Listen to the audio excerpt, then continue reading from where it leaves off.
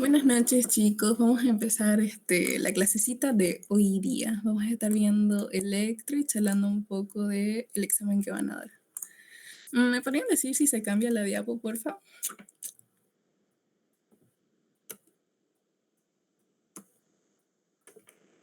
¿Se ve que estoy No cambiando se o está no? cambiando. No, no. Thank you. A ver, voy a tratar de solucionar eso. Mm, a ver.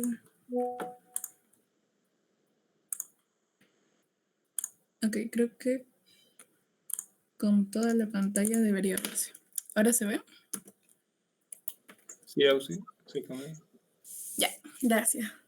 Entonces vamos a iniciar. Primeramente hablarles sobre el examen, ¿no? El examen todos los van a dar probablemente el próximo viernes, si es que el doctor no quiere hacerlos dar otro día. Y como saben, es oral. Van a pasar primeramente conmigo, que yo sepa, y luego van a pasar con el doctor.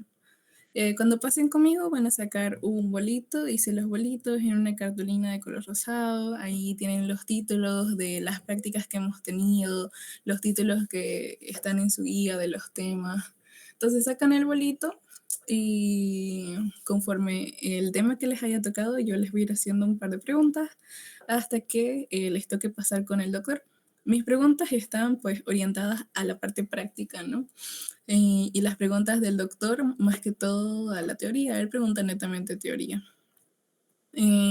Recomendaciones para dar el examen práctico con el doctor es que se basen más que todo en los videos que él tiene, ¿no? De sus clases. Yo tengo un link de YouTube, o seguramente ustedes ya lo deben tener, pero donde están todas sus clases.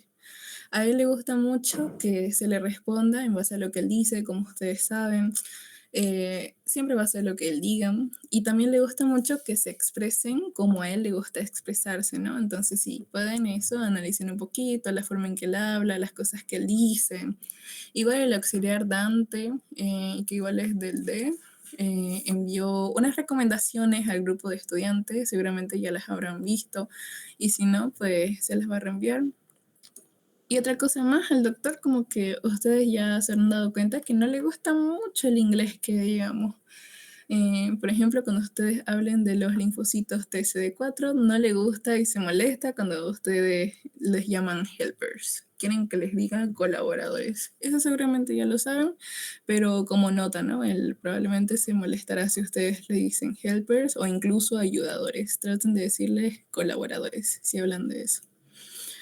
Entonces, vamos a ir viendo este temita de acá que es bastante importante y muchas preguntas aquí van a salir y se van a dar cuenta de lo más importante, que probablemente incluso el doctor podría preguntarles acerca de esto, que es el electrocardiograma.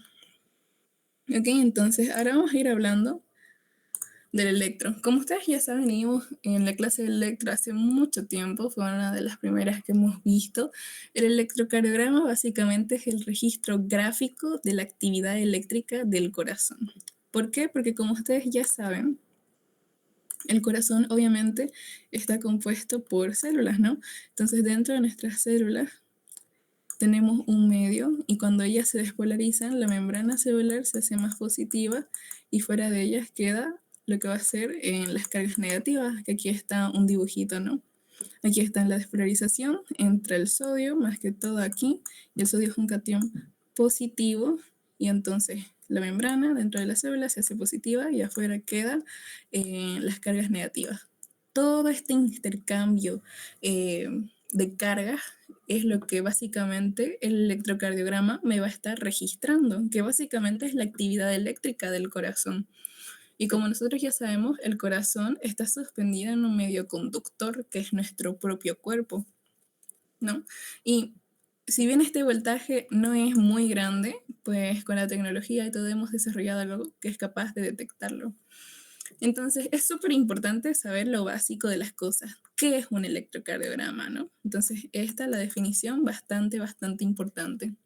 Y siempre tratar de razonarlo, ¿no? Al momento de responder, no es necesario que se aprendan palabra por palabra lo que está aquí, sino simplemente es razonar qué es lo que está pasando, qué es lo que estamos haciendo.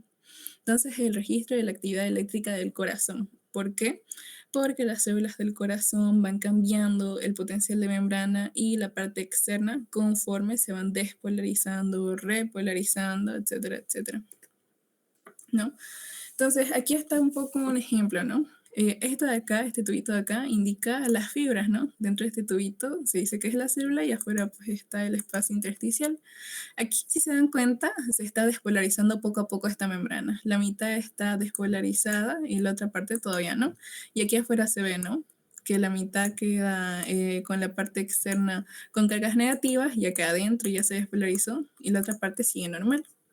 Eso me va a indicar que las ondas van subiendo, porque nosotros no sabemos que tenemos la isoeléctrica, ¿no? Que básicamente es como un voltaje cero. Para arriba es positivo y para abajo es negativo. Entonces, cuando suceden estas cosas, es de que se van a empezar a dibujar las ondas y van a salir de la isoeléctrica. Cuando toda la superficie se encuentre ya sea despolarizada o repolarizada, porque miren acá, aquí adentro está totalmente despolarizada y aquí no, esas ondas al momento de dibujarse van a volver a la isoeléctrica. Entonces es importante saber eso, ¿no? De que las ondas, o sea, cuando toda la fibra está despolarizada, vuelve aquí a cero. Y luego ya conforme se va repolarizando poco a poco, se van dibujando, ¿no? Normalmente para abajo, debajo de la isoeléctrica, es decir, negativo. Entonces, es importante saber, ¿no? El flujo del corriente de energía, todos estos vaivenes de descargas que estamos teniendo. Sabemos que siguen una dirección, ¿no? Me acuerdo que en esa clase hablamos harto de cómo se van moviendo las cargas, ¿no? Negativas y positivas conforme se iba despolarizando el corazón. La primera zona a la que va a llegar el impulso, la despolarización, es el tabique. Eso es importante, ¿no? Si se dan cuenta aquí, miren, aquí tenemos el tabique interventricular y se ve que afuera, en el intersticio, en el espacio extracelular, está negativo. ¿Por qué? Porque las cargas positivas han entrado dentro de la célula. Luego del tabique siguen las zonas internas de los ventrículos y finalmente va hacia la punta del corazón, ¿no? En realidad se dice que la última parte que se despolariza del corazón se encuentra, como ustedes ya saben, en esta zona de aquí, que es más o menos en el ventrículo izquierdo, en esta parte de aquí de la base. Por eso es que al momento en que nosotros hablamos del vector, que vamos a hablar más tarde, del vector cardíaco, es que se encuentra un poco ladeado, ¿no? Entonces vamos a estar viendo eso. No se olviden, ¿no? Como estamos viendo que el impulso cardíaco inicia. Apaga esos micrófonos, chicos, por favor. Así no voy a ir a modificar eso. Bueno, como les dije, el impulso cardíaco empieza, ¿no? En la parte del tabique. Por lo tanto, como les dije, las partes negativas van a estar hacia la base, ¿no? Esto es importante, como ustedes ya saben. Las corrientes negativas se quedan en la base y las positivas suelen viajar hacia la punta. Eso es bastante, bastante importante. Entonces vamos con lo básico también. Al momento en que ustedes den su examen práctico, vamos a tener ahí el electrocardiógrafo. Y si bien puede ser que no nos dé tiempo, obviamente, para que ustedes hagan un electrocardiograma completo, pues es importante que lo conozcan, ¿no? Me acuerdo que esa vez grabamos un poco acerca de, o no grabamos, explicamos un poco acerca de cómo se utilizaba. Esta es una foto más o menos del mismo que tenemos. Sí, es el mismo que tenemos en la universidad, ¿no? Ustedes saben que por aquí se prendía, que se tapaba los datos del paciente. Esas cosas ustedes también tienen que saberlas, cómo utilizarlo, ¿no?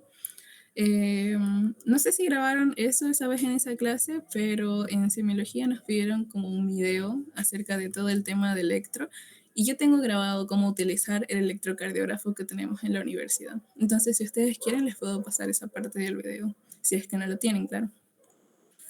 Entonces, básico, para hacer el electrocardiograma utilizamos el electrocardiógrafo. Eso también es importante, es algo básico. Ustedes saben que todas las cosas básicas siempre son preguntadas, porque lo más importante que tenemos que saber es lo básico. Y aquí tenemos el papel milimetrado, ¿no? Que como ustedes saben se pone aquí por esta tapita, eso tienen que saber, ¿no? Y conforme se va imprimiendo, va saliendo de esta manera. Entonces, vamos ahí. Esta también es bastante, bastante importante, que es la calibración, ¿no? De voltaje y el tiempo en el electrocardiograma. Tenemos el papel milimetrado, ¿no? Que si se dan cuenta son puros cuadraditos.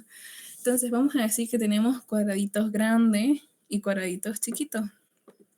Y tenemos una línea horizontal, horizontal ustedes saben que es echado, y una línea vertical, que saben que eso es parado, ¿no? Entonces, miren, aquí tenemos la horizontal. Cuando hablemos de esta línea horizontal, cuando hablemos de los cuadraditos chiquititos, ellos me van a significar de que están pasando 0,04 segundos, ¿ok? Y como un cuadrado grande, que es este que tenemos aquí, tiene 5 cuadraditos chiquitos, miren, 1, 2, 3, 4, 5. Un cuadrado grande me va a significar 0,20 segundos, ¿ok? Eso es importante, ¿por qué? Porque al momento que ustedes interpreten el electrocardiograma, incluso el próximo año o los que ya estén llevando semiología, ustedes tienen que medir las ondas. Y para medir las ondas, ustedes tienen que ver, ¿no? Cuánto tiempo dura la onda a lo largo del papelito, del papel milimetrado, y tienen que ir contando, ¿no? Miren esa onda que yo dibujé, para que yo pueda poner mi interpretación cuánto tiempo está durando, yo tengo que saber cuánto significan los cuadraditos chiquitos y también los grandes. Miren, aquí tenemos 1, 2, 3 cuadrados, entonces tendríamos que multiplicar 0,04 por 3, ¿no? Que más o menos me daría, si no me equivoco, 0,12 segundos. Entonces, al horizontal, cuadrados chiquitos significan tiempo, 0,04 segundos, y un cuadrado grande, 0,20 segundos. Y para arriba, para vertical, vamos a tener el voltaje, importante también. Esto está más fácil, un cuadradito chiquito es 0,1 milivoltios. Y todo el cuadrado grande, que como sabemos tiene 5 cuadraditos chiquitos, me va a significar 0,5 milivoltios. Eso quiere decir de que cuando nosotros veamos 2 cuadrados grandes para arriba, recién vamos a estar hablando de 1 milivoltio. Entonces, eso no se les tiene que olvidar, es súper pregunta. Un cuadrado chico para arriba en la vertical es 0,1 milivoltios y uno grande 0,5. Otra cosa también es la calibración que le ponemos al electrocardiógrafo, que es a una velocidad de 25 milímetros por segundo. Esto incluso a mí me lo preguntaron en mi examen práctico, entonces para que sepan este datito de acá también es pregunta de examen, sobre todo en lo que yo voy a estar tomando. La velocidad en la que está pasando, ¿no? En la que está calibrado, 25 milímetros por segundo. Entonces, repasando esto, lo de la calibración y todo esto, ya podemos estar hablando de las características que va a tener un electrocardiograma, sobre las ondas y todo eso. Entonces, nosotros ya las conocemos, ¿no? Tenemos la onda P, el complejo QRS y la onda T. Ustedes saben, nunca se les tiene que olvidar qué significa cada onda. La onda P es acerca de la despolarización auricular, ¿no? Por eso aquí dice atrio. El complejo QRS es hablando de la despolarización ventricular. Y la onda T, que la tenemos aquí, es hablando acerca de la repolarización ventricular. Por eso, si se dan cuenta, aquí está encapsulando el complejo QRS y la onda T en ventrículos, ¿no? Porque me está hablando de su despolarización y de su repolarización. Y tenemos el intervalo RR que me ayuda a saber, ¿no? Vamos a ver más adelante la frecuencia cardíaca. Vamos a estar viendo aquí con más detalle. Algo muy, muy, muy importante que quiero que ustedes sepan de que se va a preguntar es de que obviamente saber qué significa cada onda y también súper importante cuánto tiempo dura cada onda.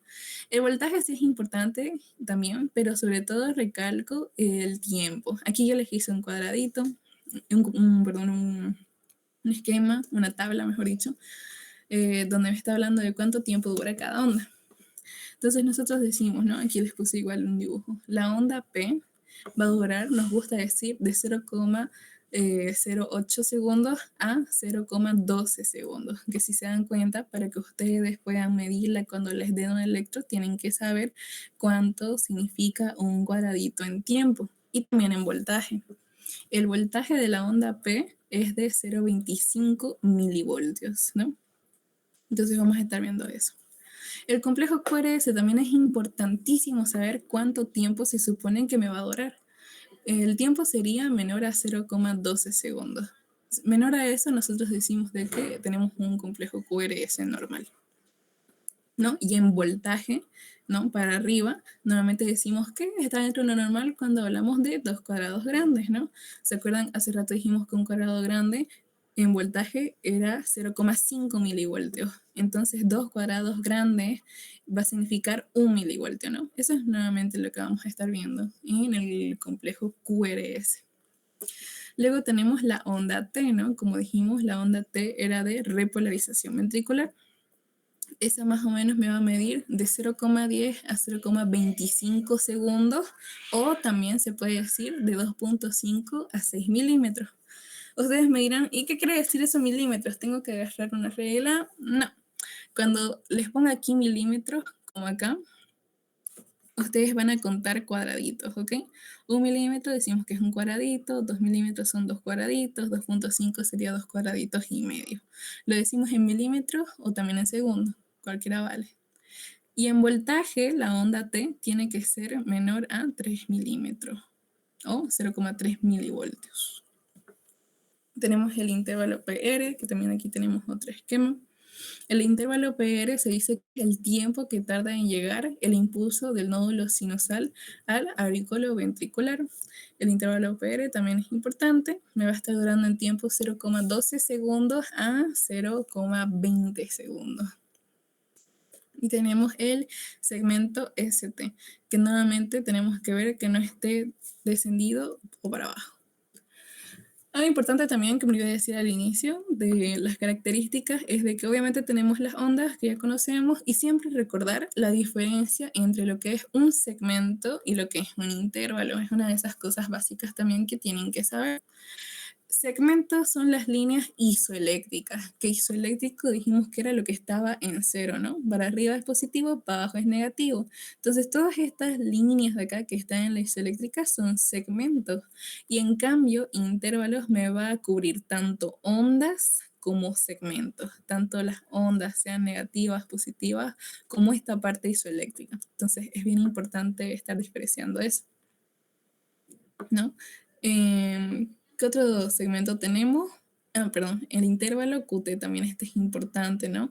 El intervalo QT, si se dan cuenta, intervalo aplica para ondas y segmentos, me está envolviendo el complejo QRS y la onda T, que como les dije, me hablaba de los ventrículos, despolarización y repolarización. Entonces, cuando se les pregunte qué significa el intervalo QT, este intervalo, aparte de lo que dije, significa o me está indicando el tiempo que dura la contracción de mi ventrículo. Obviamente, ¿no? Mi contracción. ¿Por qué? Porque implica de la despolarización a la repolarización.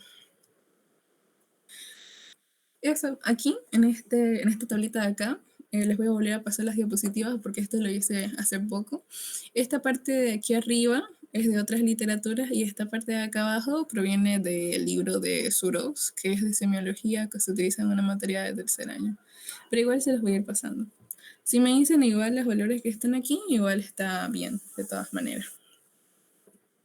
Luego tenemos, creo que eso es todo lo que les voy a pedir. Sí, está bien. Esta parte de acá donde puse onda QRS, así por separado, al menos yo no se las voy a preguntar tan específicamente. Les voy a preguntar acerca del complejo QRS en general, ¿ya? Para que ustedes sepan. Y otro importante también, que es el segmento ST. Si hablamos de segmento, dijimos que son líneas isoeléctricas, ¿no? Aquí en cero. Entonces, segmento ST me da esta partecita de aquí, ¿no? En cero, que básicamente es el intervalo de polarización y repolarización. ¿Pero por qué es importante? Ustedes van a ver cuando avancen el electrocardiograma patológico en semiología al año, los que ya han llevado, van a ver que el segmento ST es muy, muy importante ver que efectivamente sea en una línea isoeléctrica, porque si él está para arriba, un supradesnivel, o está para abajo, un infradesnivel, me puede estar hablando de infarto de miocardio. Entonces, esto para que sepan, ¿no? Entonces, repasamos las ondas, cuánto tiempo duran, cuánto voltaje tienen, importante, igual los intervalos que son importantes y demás. Entonces, esto de acá es un ejemplo de cómo se les pide a ustedes. Esto de acá es lo que se me ha pedido en la materia de semiología para interpretar los electros aquí en el Hospital San Juan de Dios. Así es como a nosotros nos dan, al menos en los que estamos con el doctor Terrazas, que nos pide siempre hacer historias clínicas, se pega aquí, uno imprime el electro y se pega aquí, ¿no? Según las derivaciones, y acá abajo está todo lo que tenemos que interpretar. Que si se dan cuenta, dice P, PR, Core S, QT. Es decir, de que ustedes tienen que saber medir cuánto tiempo dura y qué voltaje tienen las ondas. A mí me examen práctico para interpretar el electrocardiograma, que todos van a dar, que todos dan en tercer año, es básicamente, tenemos que saber hacer todo eso y obviamente interpretar, qué es lo que vamos a hacer más adelante hablando del ritmo, la frecuencia y demás. Pero es para que ustedes sepan que saber el tiempo que dura me sirve para la interpretación y también obviamente para saber qué patologías puede tener el paciente. Tenemos que dominar todas estas partes fisiológicas para poder hacer una interpretación, un diagnóstico. Entonces, repasando todas las ondas, segmentos, intervalos importantes, podemos pasar a hablar acerca de las derivaciones. Las derivaciones son súper importantes también. Tenemos las derivaciones de plano frontal o de las extremidades y tenemos las precordiales. Las derivaciones de plano frontal se me van a dividir en las bipolares y en las unipolares. En las bipolares tenemos D1, D2, D3 y en las unipolares ABL, ABR y ABF. Y en las precordiales B1, 2, 3, 4, 5 y 6 ya. Esto es importante, lo van a aplicar siempre y tienen que saberlo muy bien.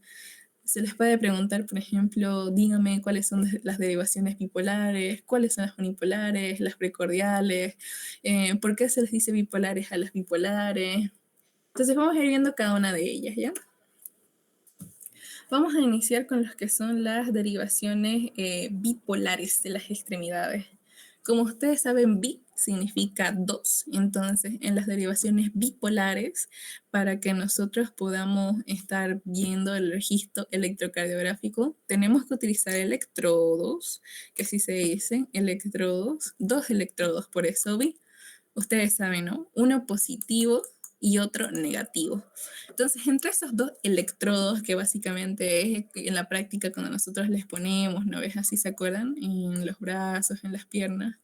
Entre esos dos electrodos se forma como un circuito y me van monitoreando en los cambios de carga, los cambios que va teniendo el corazón y la superficie. Es decir, entre esos dos electrodos, el positivo y el negativo, me van a estar dibujando el registro electrocardiográfico. Por eso bipolares, porque tiene dos electrodos, ¿ok?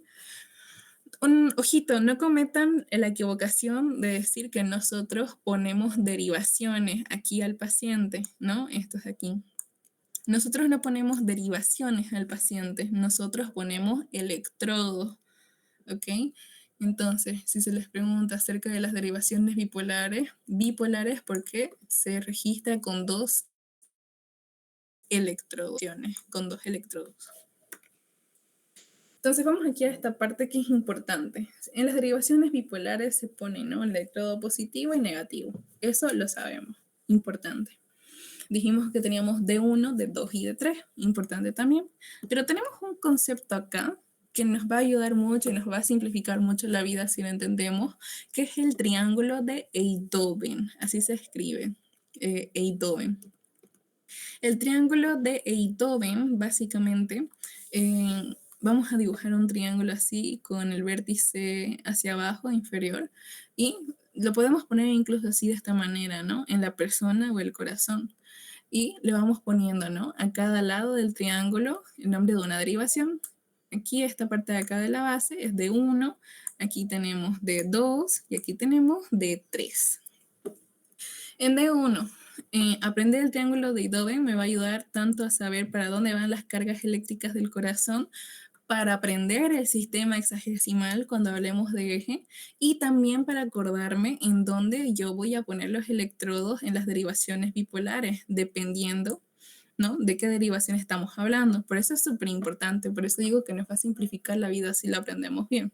Entonces vamos de nuevo. Tenemos el triángulo, como yo les dije, de 1, de 2, de 3. Entonces empecemos con D1. En el triángulo de Einthoven ponemos, ¿no?, las cargas negativas hacia la izquierda izquierda porque estamos viendo de frente a la persona. Y las positivas hacia la derecha. Importante sobre eso, ¿no? Y en el sistema hexagesimal, cuando saquemos el eje, esto se va a manifestar porque, ¿se acuerdan? T1 va así, en el sistema hexagesimal que vamos a ver más adelante. Va hacia allá, ¿no? Es una flecha, es un vector que me indica 0 grados. Y sabemos que los vectores son aquellas flechas que apuntan hacia cargas positivas y en la parte de atrás negativas. Entonces eso me va ayudando también a comprender el sistema hexagesimal. Y también para saber, ¿no? Lo negativo lo puse aquí a la derecha, por lo tanto en D1 mi electrodo negativo va en el brazo derecho, importante, eso se pregunta siempre, y el positivo en el brazo izquierdo. Ahora pasando con D2, en D2 nosotros vamos a poner el electrodo negativo aquí también en el brazo derecho. Y el electrodo positivo lo vamos a poner en la pierna izquierda, ¿ya? No digamos derecha, es pierna izquierda. Y aquí creamos el circuito. Eso también vamos a ver que en el sistema hexagesimal se va a representar porque nosotros trasladamos, ¿no? Todas estas líneas a ese sistema y D2 queda algo así y me indica 60 grados en ese sistema para sacar eje. Y por último tenemos D3, ¿no? Y D3 vamos a poner el electrodo positivo también en la pierna izquierda del paciente y el negativo acá en su brazo izquierdo. Eso es importantísimo. Ahora, esto de aquí, aparte, como les dije, para saber en qué electrodos, en qué brazos poner los electrodos, me ayuda a saber las cargas por las que se mueven, ¿no? Los iones. Dijimos hace rato que estábamos hablando que las cargas positivas se acumulan en la punta, ¿verdad? Y las cargas negativas en la base. Y yo les dije que el último lugar más o menos en despolarizarse era cerca del ventrículo izquierdo en la base, más o menos por acá. Entonces esto es importante, ¿no? Me ayuda a recordar siempre ese movimiento de cargas que estamos teniendo para saber dónde están los electrodos que yo estoy poniendo y para comprender el sistema hexagesimal, que aquí me olvidé de poner de 3 también en el sistema hexagesimal va a estar así mirando para abajo. Y me va a indicar a 120 grados. Esas son las derivaciones bipolares y el triángulo de Idoven súper, súper importante, la verdad. ¿Ok? Y aquí está, miren, representado. Aquí está más específico, ¿no? De 1 que apunta a 0 grados, ¿no? Para allá, apuntando a lo positivo en el brazo izquierdo. De 2 y de 3 apuntando, ¿no? A los electrodos positivos lo ponemos en la pierna izquierda. De 2, 60 grados. De 3, 120 grados. Y otra cosa más aquí. Tenemos la llamada, la que es la ley de Idoven. La ley de Idoven me está diciendo de que cuando yo vea en el electrocardiograma en la derivación de 2 va a ser básicamente suma del voltaje de la derivación de 1 y la derivación de 3. Que aquí está, miren, si se dan cuenta, aquí tenemos, miren, la derivación de 1, de 2, de 3. La ley de Idoven me dice que la de 2 va a ser la más positiva y va a ser sumando los voltajes de D1 y de 3. Y aquí se ve, ¿no? Si se dan cuenta, se ve clarísimo que esta ley se cumple aquí, ¿no? De 2 se ve mucho más positiva, más amplia. O sea, es decir, tiene un mayor voltaje, vamos a decirlo correctamente, que es la suma de D1 y de D3. Entonces, eso es importante.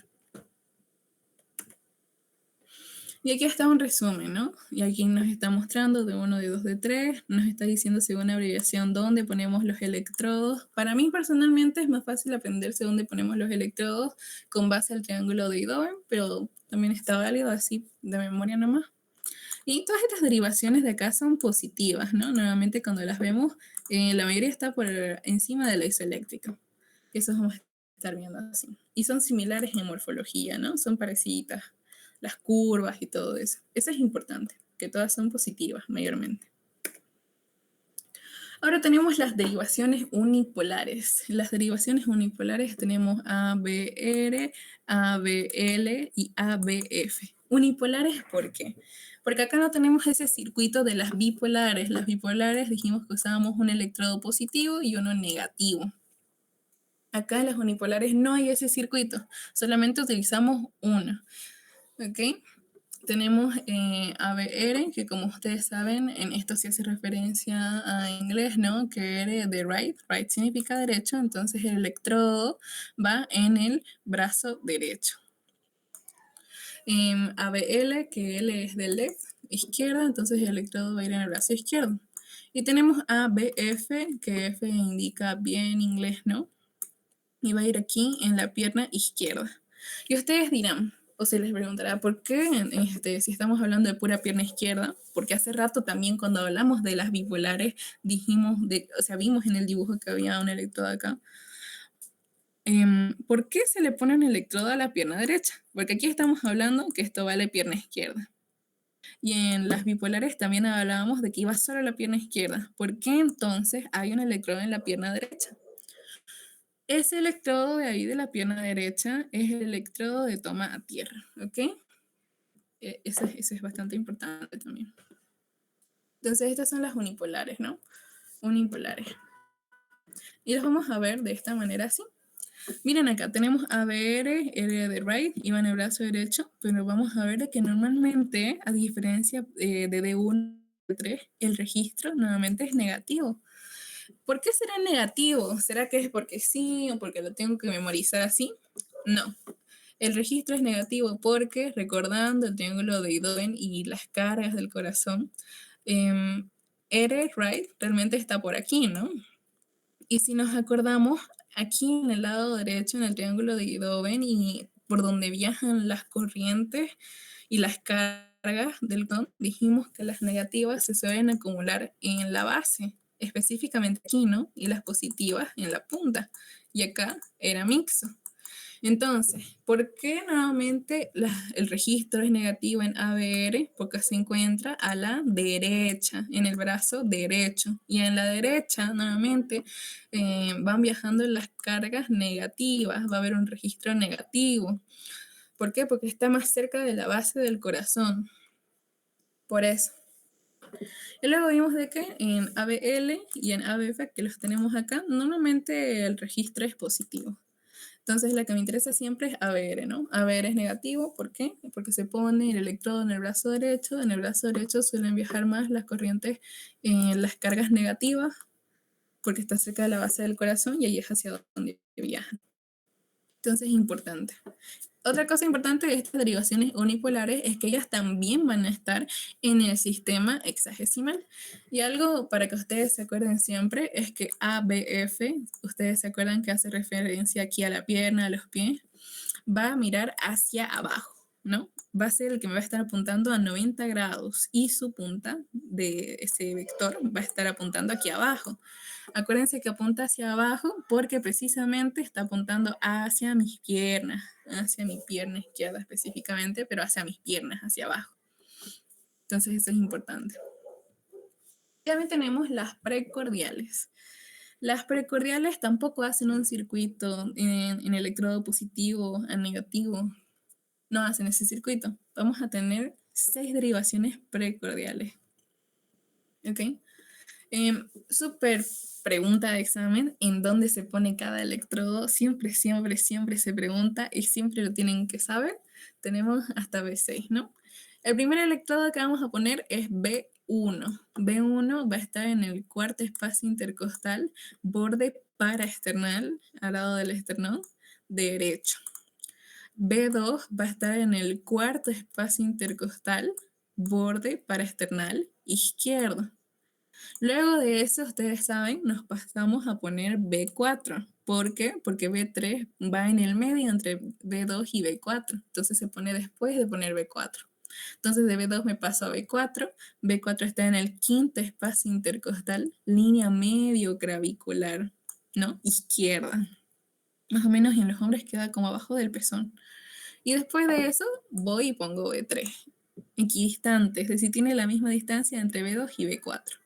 Después de poner B3, ya había puesto de antemano B4, me voy a poner B5, que B5 va a estar en el quinto espacio intercostal, línea axilar anterior izquierda. Y luego ponemos B6, que es el último, que también va a estar en el quinto espacio intercostal, pero esta vez la línea medio axilar izquierda, claro que sí. Entonces, tienen que saber sí o sí dónde se pone cada electrodo en las derivaciones precordiales. Siempre, siempre, siempre se pregunta. Estoy segurísima que a alguien se le va a preguntar esto. ¿Ok? Ahora, otra cosa interesante e importante es de que, si se dan cuenta, nosotros dijimos, ¿no? Y de que las cargas negativas nuevamente viajaban al lado derecho, ¿no? Entonces, si nos damos cuenta aquí, ¿qué derivaciones están en el lado derecho? B1, ¿verdad?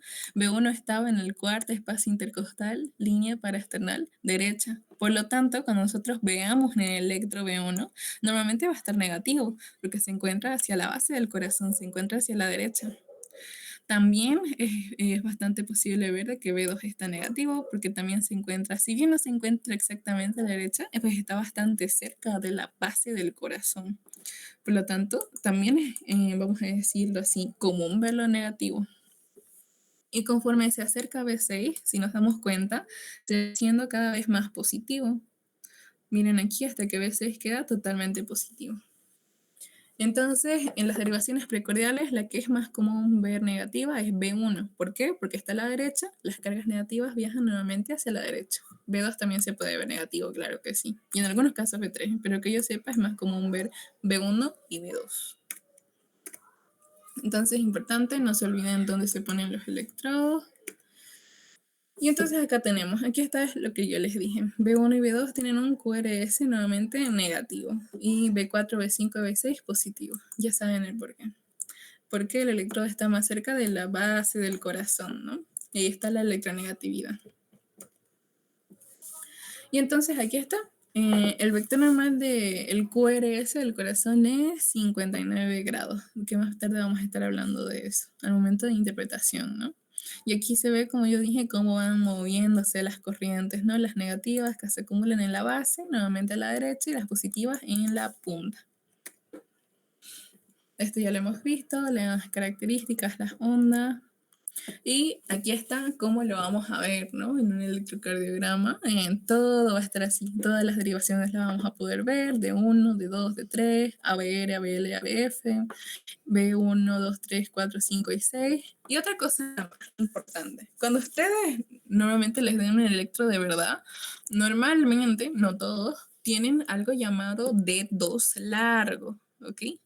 Es básicamente, como lo dice, una derivación de 2 extensa que va a estar así nuevamente en la parte inferior, así larguita se va a extender. En esa derivación de 2 largo, normalmente es donde nosotros medimos cuánto tiempo duran las ondas que acabamos de ver, cuánto tiempo duran y qué voltaje tienen. Eso es súper importante y les va a servir tanto para fisiología como para semiología al año, a los que ya lo están llevando ya deben saber. Entonces, para medir las ondas normalmente se aconseja en D2 largo. Algunos aconsejan que el QRS sea en otras derivaciones, pero en general, por norma, D2 largo medimos las onditas. Y esto es lo que hemos visto, ¿no? Recordando de que el electrocardiograma es el registro gráfico de la actividad eléctrica del corazón, de ese vaivén de cargas positivas y negativas. Tenemos tantas derivaciones porque cada una me va a estar viendo desde su perspectiva cómo van cambiando las cargas.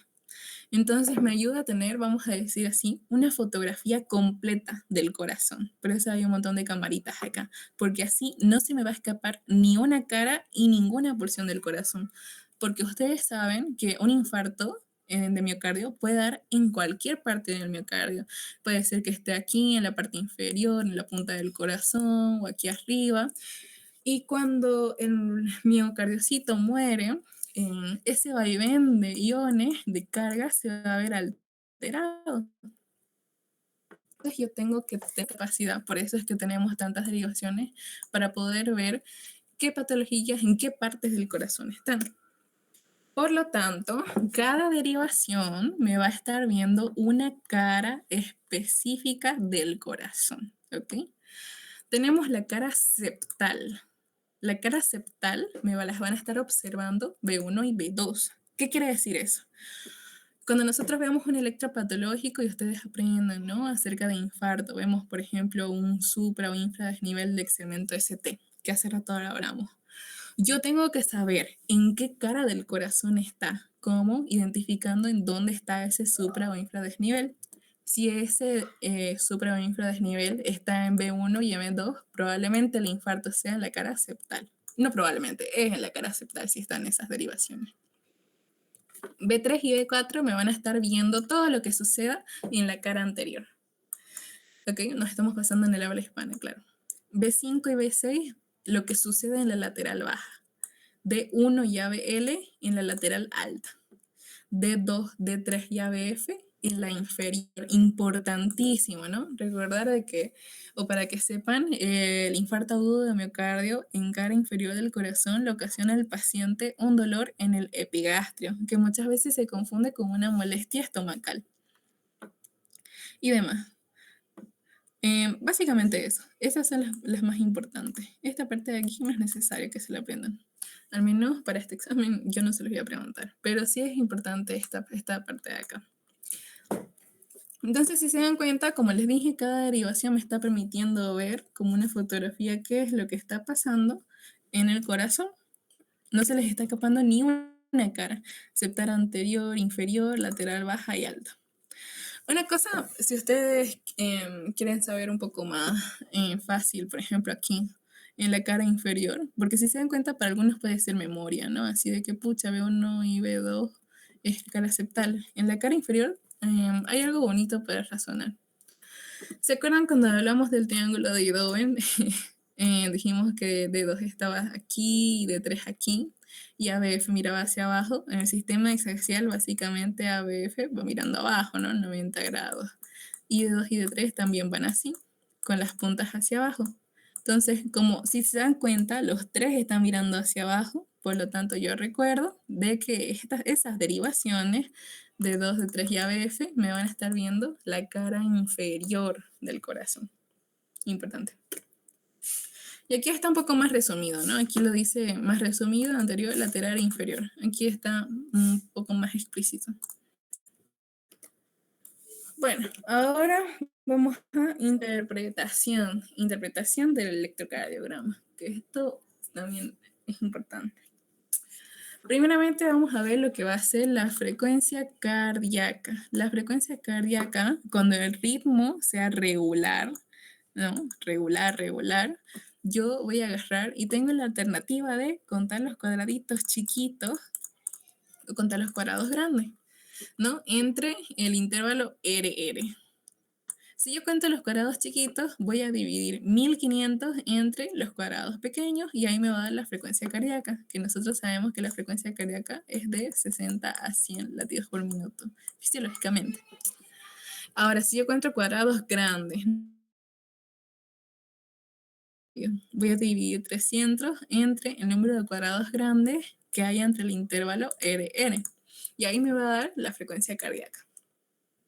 Ahora, ustedes miran, qué bien, si está fácil. Pero ¿qué pasa? Yo les dije que esto de acá lo aplicábamos cuando el ritmo era regular. Es decir, que cuando entre intervalos R, el espacio que había entre ellos era el mismo a lo largo del electro. Pero la vida no es tan fácil, no siempre el ritmo va a ser regular. También tenemos las arritmias, tenemos ritmos irregulares.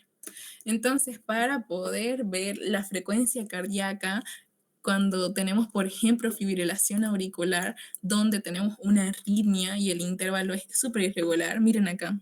Aquí el espacio, el intervalo RR está grandísimo y aquí está chiquito. Cuando tengamos eso, lo que vamos a hacer es básicamente contar cuántos QRS existen en 30 cuadrados grandes, que eso normalmente ustedes lo van a poder hacer en el D2 largo, precisamente porque es largo. Entonces yo cuento 30 cuadrados grandes y veo cuántos QRS existen. Luego, después de haber contado esos QRS, lo multiplicamos por 10. Y esa va a ser mi frecuencia cardíaca. Es decir, que si en 30 cuadrados grandes yo cuento 7 QRS, o algunas literaturas me dicen que puedo contar intervalo RR, multiplico 7 por 10 y mi frecuencia cardíaca es, obviamente, 70 latidos por minuto, ¿no? Eso para que sepan. Otro método que también está en el Dubin para poder saber la frecuencia cardíaca es ver los cuadrados grandes.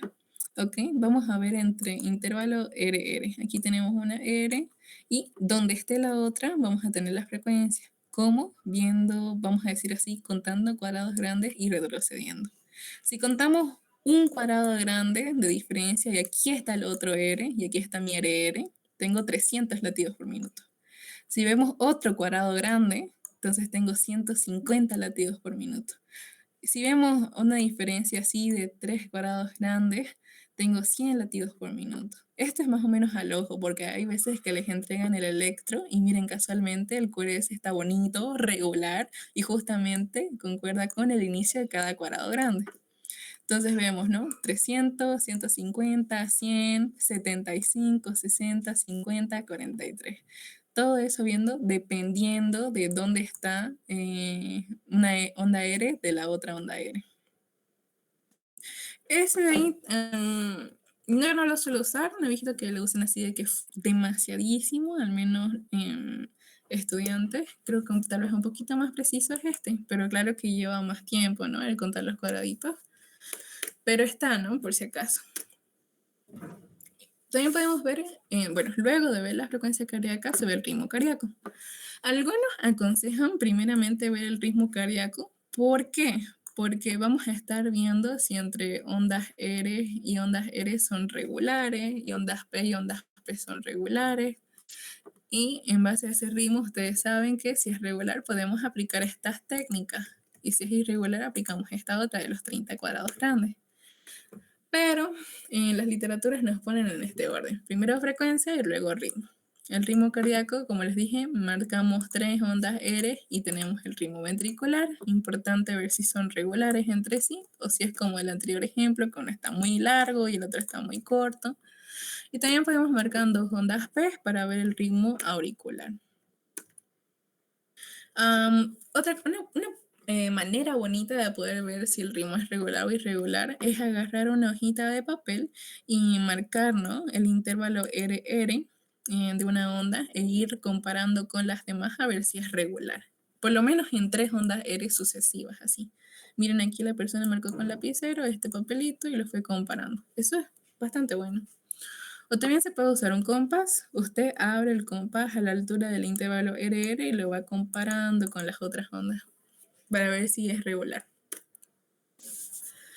Luego tenemos lo que va a ser el ritmo sinusal normal. Depende de qué libro abra usted, le van a salir diferentes criterios para saber si tenemos un ritmo sinusal. Pero por lo general, para nosotros ver si el ritmo es sinusal, tenemos que ver que cumpla con esto. Primeramente, onda P normal y que sea positiva en D1, D2 y ABF y negativa en ABR. Sabemos que nuevamente en ABR es negativo porque está a la derecha, más cerca de la base del corazón y ahí viajan las cargas negativas. Entonces ese es un criterio. El otro criterio es la frecuencia cardíaca, puede ser también que sea equidistante, que sea regular y entre 60 a 100 latidos por minuto. Tenemos el QRS precedido de una onda P, es decir, que primero haya onda P y que luego haya un QRS, es decir, a eso se le dice onda P que conduce. Onda P que conduce. Y importante ver también el intervalo PR que sea normal, es decir, vamos a medir, calcular cuánto tiempo dura y que dure de 0,12 a 0,20 segundos, ¿no? Eso para decir que hay un ritmo sinusal normal. Esto es lo mismo. Importante ver también, ahí está el intervalo PR del que hablamos. ¿Por qué? Porque eso tenemos que saberlo muy bien cuánto mide, porque cuando vean electropatológico van a ver que nuevamente cuando se va alargando indica bloqueo auriculoventricular. Y tenemos acá otro paso para interpretar el electrocardiograma, que es el eje cardíaco. Esto es importante. El eje cardíaco. El eje cardíaco vamos a estar viendo básicamente el vector del complejo QRS, ¿no?, que me está indicando, que me va a indicar hacia dónde están viajando las cargas. Él se va a modificar si en algún lado del corazón está dañado y las cargas pues no hacen lo que deberían hacer, no hacen ese vaivén del que hablamos al inicio, ¿no? El eje cardíaco básicamente lo representamos con un vector. Recordar siempre que la punta va a apuntar hacia las cargas positivas y en la cola están las negativas. el vector del corazón del complejo QRS normalmente es 59 grados, pero el gaito me dice que puedo decir que se encuentra normal si está entre menos 30 grados y 110 grados. Eso es súper importante, súper importante. Ahora, chicos, para sacar el eje cardíaco, que me acuerdo que lo hicimos en esa clase, tenemos un método que es el que más a mí me gusta, pero también tenemos otro. Hoy día vamos a hablar del segundo método también. Ok. Para poder hablar del eje cardíaco y el vector, tenemos que repasar el sistema hexagesimal, ¿no? Que lo hemos ido hablando a lo largo de cuando hablamos las derivaciones. Miren, aquí está D1, yo les dije, ¿no? D1 la punta está hacia el brazo izquierdo, y acá, representándolo, moviéndolo el sistema hexagesimal, me va a apuntar a 0 grados. D3, miren, me apunta hacia abajo, 120 grados. D2 me apunta hacia abajo, 60 grados. Y también tenemos las unipolares. ABF, importantísimo, me apunta hacia abajo, 90 grados. ABL, miren, me apunta hacia arriba, menos 30 grados. Y ABR me va a apuntar igual hacia arriba, arriba a la derecha, 210 grados. Miren, aquí se ve clarito. Las derivaciones que miran a la cara inferior del corazón son las que están apuntando hacia abajo. ABF, D2 y D3.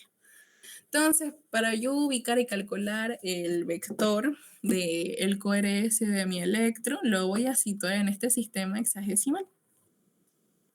Ahora, el método que más me gusta es este, ¿no? Repasándolo, vamos a mirar, vamos a poner nuestro ojito en D1 y en ABF. ¿Qué es lo que vamos a hacer? Vamos a ver el QRS de D1 y ABF y vamos a contar. Aquí tenemos la isoeléctrica, miren. Vamos a contar los cuadraditos para arriba. Miren, en este caso son 3. Entonces yo voy contando. 1, 2, 3. Esos son los que son para arriba y son positivos. Pero ¿qué pasa? Hay QRS que también tienen una parte, nuevamente la onda S, debajo de la isoeléctrica. Yo lo voy a contar también. Y miren, aquí son 4. 1, 2, 3, 4. Yo realizo mi resta. 3 menos 4 y me sale, en este caso, menos 1. Yo voy a contar eso en mis electros para poder sacar el eje. Hago lo mismo con ABF. Entonces, vamos a poner un ejemplo fisiológico aquí. Esto de acá lo dije para que sepan cómo se hace. Pero fisiológicamente, D1 tiene que ser positivo y ABF tiene que ser positivo. Es decir, tenemos que contar más cuadraditos hacia arriba de la isoeléctrica que hacia abajo. ¿Ok? En D1 y ABF. Los dos tienen que ser positivos. Voy a poner de ejemplo que aquí en D1 yo conté, hice la resta y me salió 3 cuadrados, 3 cuadraditos positivos. Y voy a hacer el ejemplo de que en ABF me salieron 5 cuadraditos positivos. Entonces yo voy aquí a mi plano cartesiano, este es el eje de las X o D1, ¿ok? D1, y este es el eje de las Y o ABF. D1 nunca se olviden, apunta a la izquierda, ¿ok? Si es de nuestro lado, a la derecha. Pero si estamos frente al paciente, pues a la izquierda. Apunta hasta este lado de acá. Entonces voy a D1. Veo que me salió positivo, como tiene que ser. Y cuento. 1, 2, 3 cuadritos. Luego voy y veo a ABF. Y me salió 5 cuadros. Entonces yo cuento, ¿no? 1, 2, 3, 4, 5. Entonces yo voy trazando la línea perpendicular a eje de las X y de las Y. Y donde se encuentren, ahí apunta mi vector. ¿Ok? Normalmente él tiene que salir en este cuadrante de acá. Y para que él salga en este cuadrante, D1 y ABF tienen que ser positivos. ¿Ok? Entonces, tienen que ser positivos. D1 y ABF. Ahora, obviamente, pueden haber casos en los que me salga el vector hacia aquí. Eso se llama desvío a la izquierda. Puede ser que el vector me salga hacia acá y eso es desvío a la derecha, tanto como puede ser que me salga hacia aquí y eso es un ultra desvío, ¿no? Un super desvío, totalmente desviado. En extrema desviación se le dice en realidad. ¿Ok? Entonces eso es importante. Ahora, otra cosa. Quiero que se acuerden siempre, ¿no? Sé que es un poco obvio, pero como yo dije, D1 apunta hacia aquí y ABF apunta hacia abajo. Entonces, si D1 es positivo, yo cuento hacia la derecha, ¿no? En este plano de las X. Pero si D1 fuera negativo, cuenta a la izquierda, ¿no? Eso es importantísimo. Aquí, miren, salió negativo, asumiendo que es D1, sería acá. ABF lo mismo. Si yo veo que es positivo, está bien, yo cuento para abajo. Pero si él es negativo, yo cuento para... Perdón, si es positivo, cuento para arriba. Si es negativo, cuento para abajo. ¿Ok? Entonces vamos a ir viendo. Aquí tenemos otro. Miren, aquí tenemos D1. Este de aquí lo estaba viendo y está mal contado. Aquí tenemos 1, 2, 3.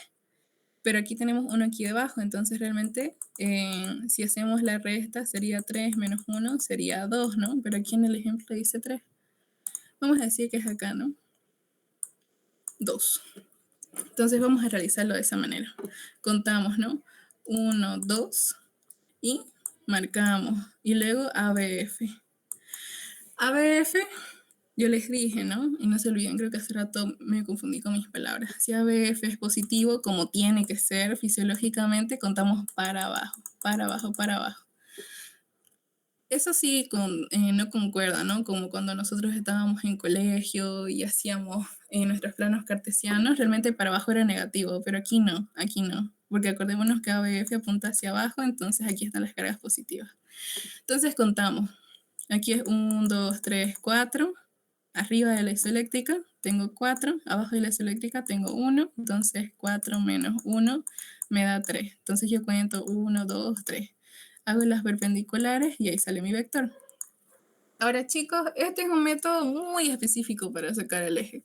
Si se dan cuenta, nosotros estamos contando, pero no siempre hay ese tiempo. Entonces, más resumido, ustedes simplemente van a agarrar y van a mirar rápido su electro. Si de uno ustedes lo ven así a simple vista, sin contar que está positivo, entonces ustedes piensan, ¿no? Que está hacia acá. Y si ABF ustedes así mirándolo y sin contar está positivo, ustedes piensan que está hacia acá, hacia abajo. Entonces con eso yo ya tengo que mi vector no está desviado, que está normal. Pero este método de ir contando y todo eso es más específico. ¿Ok? Entonces acá tenemos otro ejemplo, un ejemplo más para que quede clarísimo. Nosotros en este método veíamos de 1, contamos 1, 2, 3, 4, 5. 5 y acá hay uno abajo de la eléctrica, 5 menos 1 igual 4. Este es de 1. Como es positivo, cuento para la derecha. 1, 2, 3, 4 cuadritos. Listo. Ahora veo ABF. Miren, en este caso está más negativo que positivo. Entonces yo cuento. 1 positivo en la isoeléctrica y negativo 1, 2, 3, 4, 5. Entonces tengo menos 5 más 1 me queda menos 4. Como ABF apunta hacia abajo, tiene 90 grados, si yo tengo acá un valor negativo, me voy hacia arriba y cuento. Menos 1, menos 2, menos 3, menos 4. Trazo las perpendiculares y me quedo así, mi eje. Este eje no está bien, no está normal, decimos que es desvío hacia la izquierda. Desvío hacia la izquierda, desvío hacia la derecha, eje normal y en extrema desviación cuando es acá. Entonces ese es el método. Entonces ya saben, si ustedes al simple vista ven D1 y ABF positivos, pues el eje está bien. Si quieren ser más específicos, aplican este método. Ahora, esto es lo último que vamos a ver.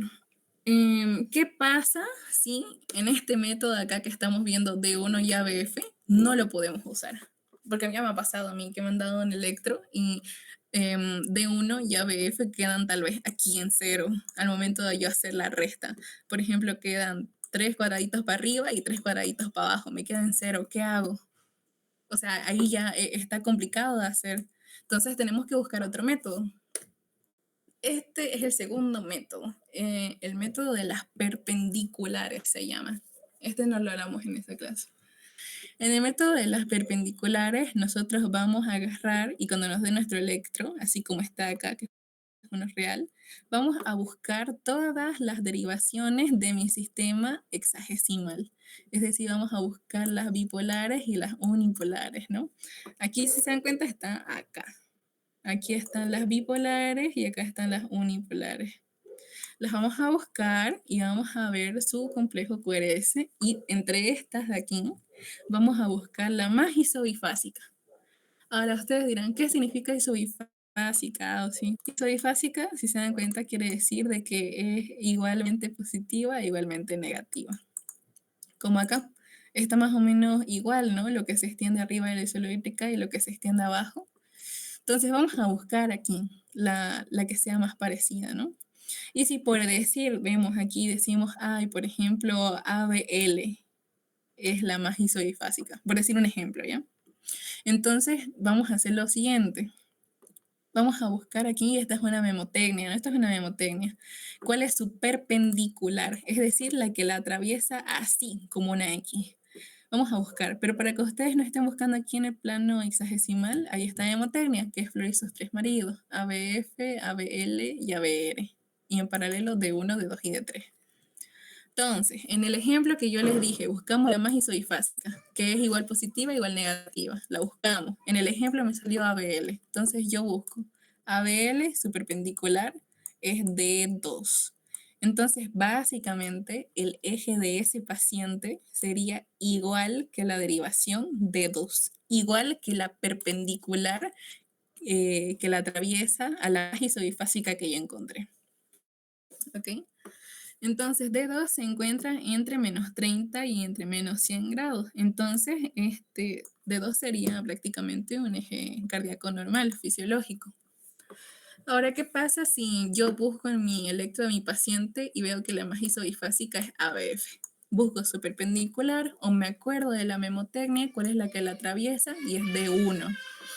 Y yo busco básicamente D1 en el electrocardiograma, perdón, en el sistema hexagesimal. Miren, aquí está, me apunta a 0 grados.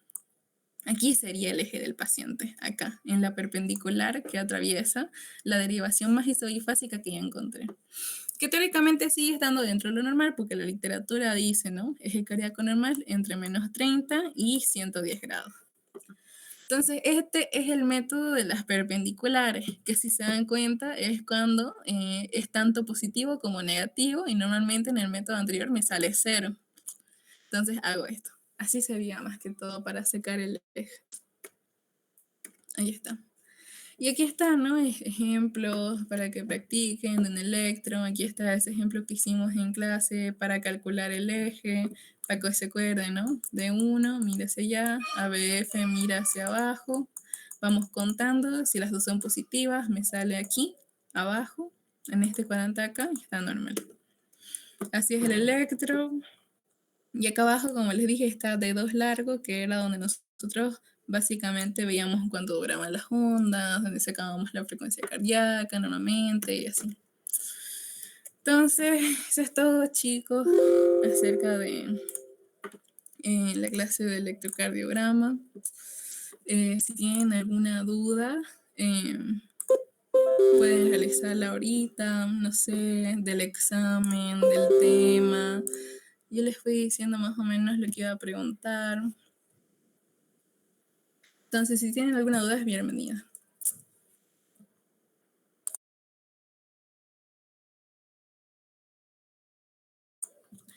Y si no, eso es todo, chicos. Si quieren, como digo, les paso las diapositivas. ¿Sí? ¿Usted nos da materiales o nosotros vamos a llevar los materiales como los refuerzos, esas cosas? Ah, no, el laboratorio tiene todos los materiales, no tienen que traer nada. Gracias, Auxi. No hay que.